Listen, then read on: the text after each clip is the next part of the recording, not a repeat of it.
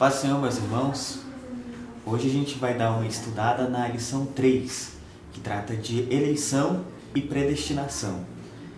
É um tema muito importante, né? Que é um tema proveniente da doutrina da salvação, dessa graça maravilhosa de Deus, que é a nossa salvação, e que ela veio gerando muitas polêmicas durante a história do protestantismo, principalmente por causa da dualidade de dois movimentos, né, do movimento calvinista e do movimento arminiano, que, para resumir assim, falar em uma frase, né, o movimento do calvinista acredita que uma vez salvo, a pessoa salva para sempre, enquanto que os arminianos não acreditavam nessa linha. Aqui na nossa lição, eu pretendo, né, falar de um jeito sintetizado, né, de um jeito resumido e simplificado, como a Bíblia trata essas duas palavras, né, eleição e predestinação, e vamos seguir, né? Primeiro temos o texto áureo. O texto áureo diz assim: como também nos elegeu nele antes da fundação do mundo, para que fôssemos santos e irrepreensíveis diante dele em amor, e nos predestinou para filhos de adoção por Jesus Cristo para si mesmo, segundo o beneplácito de sua vontade. Está em Efésios 1, do versículo 4 e 5. Lembrando que a nossa lição hoje ela vai se basear bastante por essa palavra de Efésios 1, né, esse capítulo de Efésios 1, no qual Paulo fala sobre a eleição, sobre a predestinação. A gente vai falar também sobre a adoção, né, essa ideia de nós termos sido feitos filhos, né, feitos filhos adotivos, né, diante de Deus. E aí a gente conseguiu ter o nome dele, ter um novo nome, ter a imagem e semelhança dele. Tudo isso são graças maravilhosas, coisas que nós não merecíamos, né? E durante essa lição, a gente vai falar também sobre como o movimento pentecostal enxerga essas duas palavras, né? A eleição e a predestinação. Seguindo, temos a verdade prática. Nossa verdade prática, ela fala assim: segundo a sua presciência, né? Ou a onisciência de Deus, Deus elegeu e predestinou para a salvação os que creriam e perseveraram na fé em Jesus Cristo, né? Em Cristo Jesus. Então, é isso, né? Na onisciência de Deus, Ele elegeu e predestinou todos aqueles que guardassem, como Paulo fala, né? Acabei a carreira e guardei a fé. Então, aqueles que se manterem fiéis até o fim da vida, para essas pessoas Deus predestinou a salvação.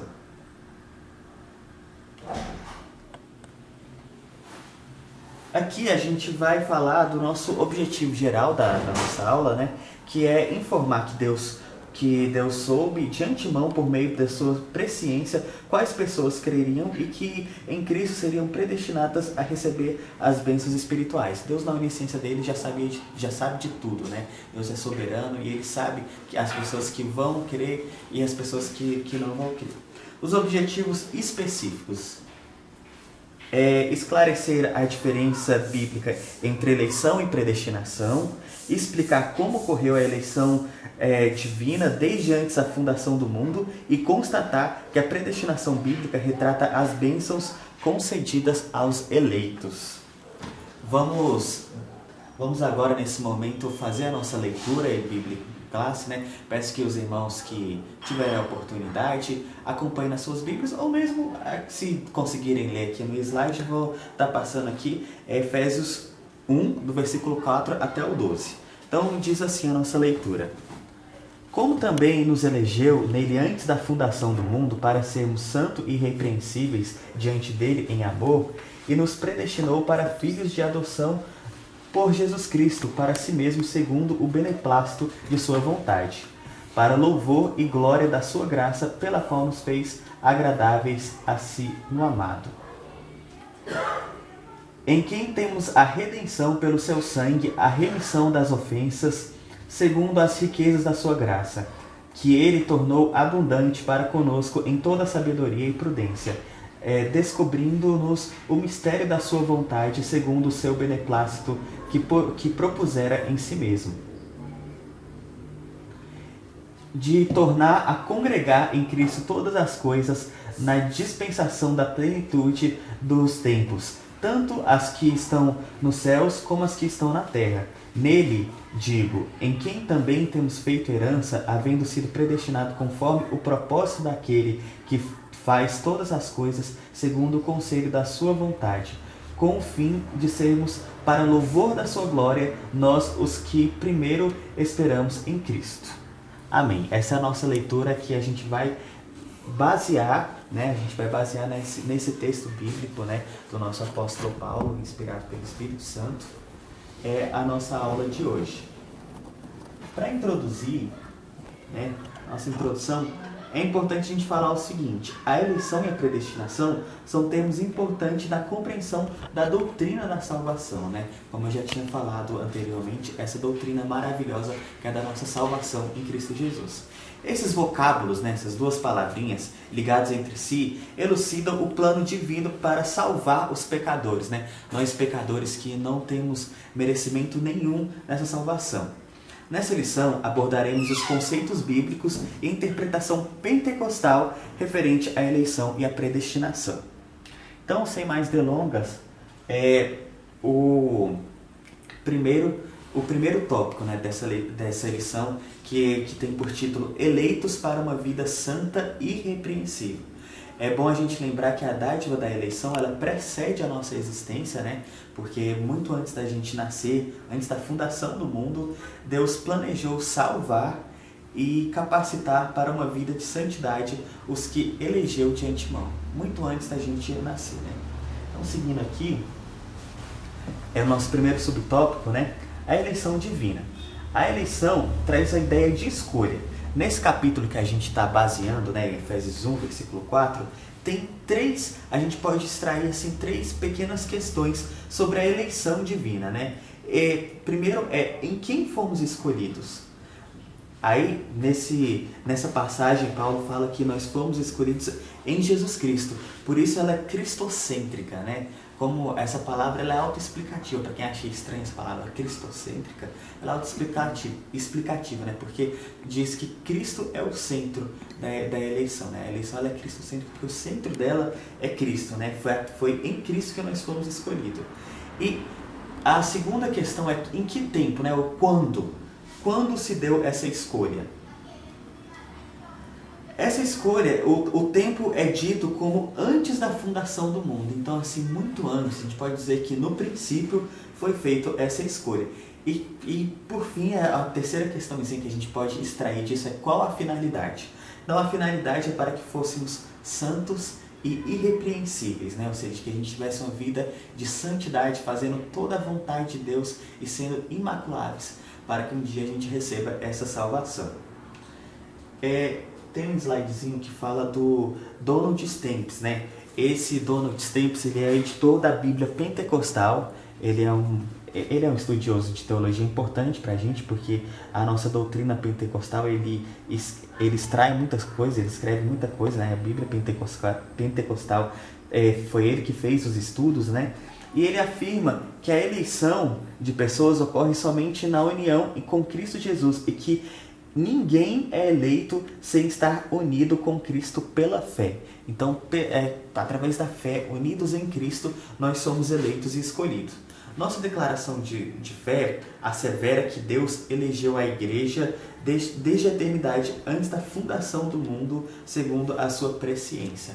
Então, muito antes da fundação do mundo, Deus elegeu nós, um povo santo, um povo que irá fazer a vontade dele, que irá fazer a diferença nesse mundo. E tudo isso foi feito muito antes, né? Muito antes da gente existir. 1.2 aqui. As condições da eleição. Então, quais são os pré-requisitos para a gente ser eleito, né?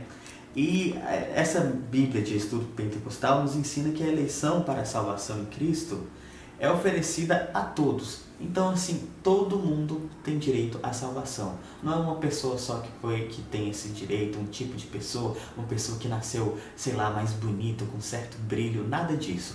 Todo mundo, as pessoas do mundo inteiro têm esse direito à salvação. E torna-se realidade para cada pessoa de acordo com seu prévio arrependimento e fé. Então, aí sim, a gente tem um pré-requisito que ele não é de nascença, né? Ele não tem um fator biológico, nada disso que influencia nos pré-requisitos. Mas o pré-requisito para a salvação, para essa eleição, aí sim, o arrependimento e a fé. Sem essas duas coisas a gente não consegue a graça, a bênção da salvação, né? Então a gente tem que ter fé e tem que arrepender dos nossos pecados, né? É uma coisa diária, né? Porque diariamente a gente, infelizmente, tem afrontado Deus, tem feito coisas que não agradam ao nosso Senhor.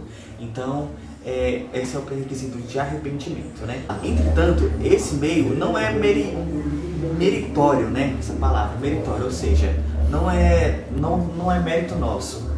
E ninguém pode cumpri-lo sem a graça de Deus. Deste modo, fomos eleitos por iniciativa divina por causa da graciosa obra de Cristo e não pelas nossas obras. Então, isso é muito importante, né? Que essa graça da salvação, ela não é mérito nosso, ela simplesmente é uma bênção que Deus nos concedeu. Se dependesse dos nossos merecimentos, a gente era para ter a condenação, né? Mas pela graça e pela bondade e misericórdia do Senhor, a gente alcançou essa graça da salvação. 1.3 Vida santa e irrepreensível. Aqui fala, né, daquela questãozinha que a gente colocou no começo, né? Para que a gente foi eleito, né? A gente foi eleito para ter uma vida santa e irrepreensível. Paulo enfatiza que a eleição tem a finalidade específica de sermos santos e irrepreensíveis diante dele. Nesse aspecto, o vocábulo grego, né, para isso, que é o hagios, significa separado do pecado. O adjetivo grego aimonios, irrepreensível, expressa algo sem defeito ou inculpável. Os tempos apontam para a santificação. Isso é, esses dois termos, né, eles apontam para a santificação. O mais alto padrão ético e moral de vida para agradar a Deus que nos elegeu em Cristo. Ou seja, é um esforço assim, muito grande que a gente tem que fazer para alcançar esse padrão moral, né? De estar sempre fazendo a vontade de Deus. É sempre aquela questão de negarmos a nós mesmos, negar a nossa natureza, negar a nossa essência para poder tomar essa cruz e seguir a Cristo, né? Seguir a Cristo, fazendo a vontade de Deus, andando nesse padrão de santidade, de moral e ética, né? Que Deus nos ensina. E, para fechar esse primeiro tópico, é a nova vida dos eleitos, né? É importante que quando a gente tem quando a gente alcança essa vida santa e irrepreensível, a gente tem uma nova vida, né? Uma vida fora dos pecados, uma vida santa. Aqui fala assim, o tema é apresentado com exortações contra a velha conduta, né? A gente tem que se fazer novo, tem que se fazer nova criatura. Então o velho homem, ele tem que morrer para que o novo homem apareça, né? O novo homem ressurreto, né? Ressuscitado em Cristo Jesus. Indo para o nosso tópico 2, predestinação para os filhos, para filhos de adoção. Então nós somos filhos por adoção do nosso Cristo, né? É muito importante a gente falar, antes de tudo, que Paulo ele foi o único autor do Novo Testamento que colocou essa palavra adoção, de filho adotivo. É importante a gente contextualizar que os judeus não tinham essa prática de adotar filhos, né? Já os romanos, eles tinham. Paulo, ele tinha muito contato com os romanos, né? Ele escreveu para igrejas, né, de Roma, e ele também tinha dupla cidadania romana. Então ele conhecia muito bem essa cultura de adoção. E ele fez esse paralelo maravilhoso, né? Que antes a gente não merecia, antes a gente estava em trevas, a gente era escravo, e a gente não merecia ser chamado filhos de Deus. E Deus, ele nos adotou como filhos dele, né? E isso que é a predestinação, né? Olha só, a Bíblia de Estudo Pentecostal esclarece que a predestinação se aplica aos propósitos de Deus, inclusos da eleição. Que a eleição é a escolha feita por Deus em Cristo de um povo para si mesmo, e que a predestinação abrange o que acontecerá ao povo escolhido de Deus. Então, a predestinação é simplesmente o que acontece com o povo que é escolhido. Se você é escolhido, logo você é predestinado a algo, né? Se nós somos escolhidos por Deus, nós somos predestinados a algo, e nós somos predestinados à salvação eterna, né? E é que a predestinação abrange o que acontecerá. Por conseguinte, nossa declaração de fé ensina que a predestinação dos salvos é precedida pelo conhecimento prévio de Deus, daqueles que de antes são chamados do Evangelho, recebem a Cristo como seu Salvador pessoal. Então a gente tem que receber Cristo como nosso Salvador pessoal e perseverar até o fim. Então, seguindo com essa predestinação, com esse filho por adoção, que nós fomos predestinados a sermos filhos por adoção de Deus, temos aqui mais três tópicos sobre essa questão de sermos filhos adotivos de Deus. O primeiro é que isso faz parte do plano maravilhoso de Deus para a salvação da humanidade. O plano que foi elaborado na eternidade para nós. O segundo é que esse plano ele foi feito simplesmente por amor, pelo amor infinito de Deus. Como fala aqui, o amor foi o que moveu o Pai a nos adotar. Senão, isso é o que diz as Escrituras, Paulo. Fala assim, se no outro tempo éramos estranhos e inimigos de Deus, agora estamos reconciliados com Ele em Cristo e somos seus filhos. Então isso foi feito somente por amor, está lá em Colossenses 1, versículo 21 e Romanos 8, versículo 17, para os irmãos que quiserem conferir na Bíblia. E a terceira é que essa adoção ela é imerecida a nós. Nós não merecíamos ser chamados filhos de Deus. Contudo, aprove ao Pai fazê-lo assim. Está lá em Mateus 11, 26. Os irmãos. Para terminar esse tópico da adoção, a gente vai falar um pouco aqui sobre os privilégios da adoção. O primeiro é que a gente tem direito a um novo nome, direito ao nome e aos bens de quem adotava, filhos adotivos. Então a pessoa que ela é adotada, numa cultura normal, numa família qualquer, quando você é adotado, você recebe o nome daquela família, você recebe aquele sobrenome, aquele nome da família. E da mesma forma, nós temos esse novo nome, de sermos chamados filhos de Deus, E todos os bens, todos os bens, todos os privilégios que um filho pode ter, a gente tem, porque agora a gente é filho de Deus. A segunda é que a gente adquire uma nova imagem, Outro privilégio que a gente admira é a imagem de Cristo, que é uma imagem aos eleitos. Está lá em Romanos 8, versículo 29 e em Apocalipse 2, versículo 17. E também, outro privilégio é a redenção e a remissão dos nossos pecados. Tudo que a gente fazia de ruim, agora isso é simplesmente apagado. Deus ele tem esse poder infinito de nos perdoar. E por isso a gente tem o direito de chamar ele Abba Pai, de chamar Abba Pai, que significa, é uma forma carinhosa, como se fosse o papai nosso, que está em Gálatas 4, versículo 6. O Fábio, numa das pregações dele, ele falou que esse Abba Pai, ele também pode ser o painho dos baianos, essa forma carinhosa da gente chamar o nosso pai.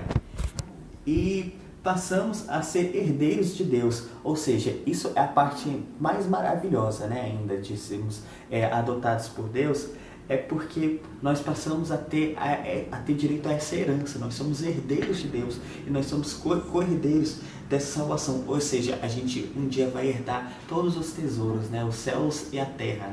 Um dia a gente vai poder morar com Ele nas mansões celestiais e termos a salvação eterna em Cristo Jesus. Agora, o nosso terceiro e último tópico, que é a sublimidade do propósito divino na predestinação. É importante a gente falar da excelência a excelência da predestinação. Ela está na provisão de bênçãos espirituais aos eleitos, na vontade divina em Cristo e por seu incalculável amor. Então, por esse amor incalculável, a gente tem todos essas bênçãos espirituais, todos esses dons espirituais que essa eleição nos dá.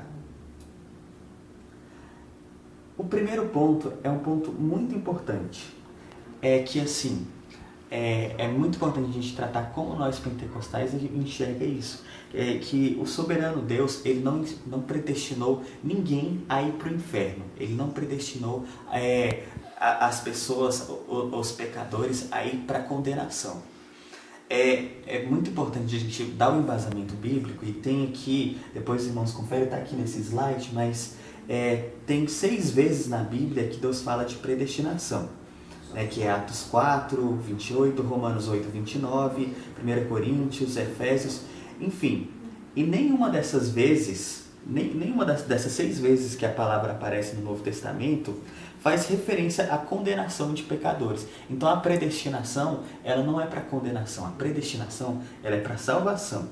Portanto, não houve uma dupla predestinação e outros para... não houve uma dupla predestinação, né? Então a gente não acredita que Deus predestinou uns para a salvação e outros para o inferno, né?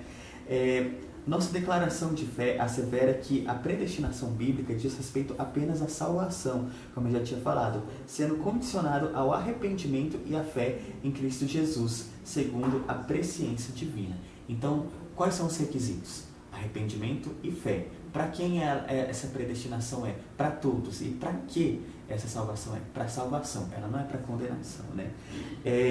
Tudo isso seguindo a presciência, né? A onisciência de Deus, né? Deus, ele sabe de todas as coisas, ele sabe o que vai acontecer, mas ele predestinou o povo dele a ser santo e a ser salvo.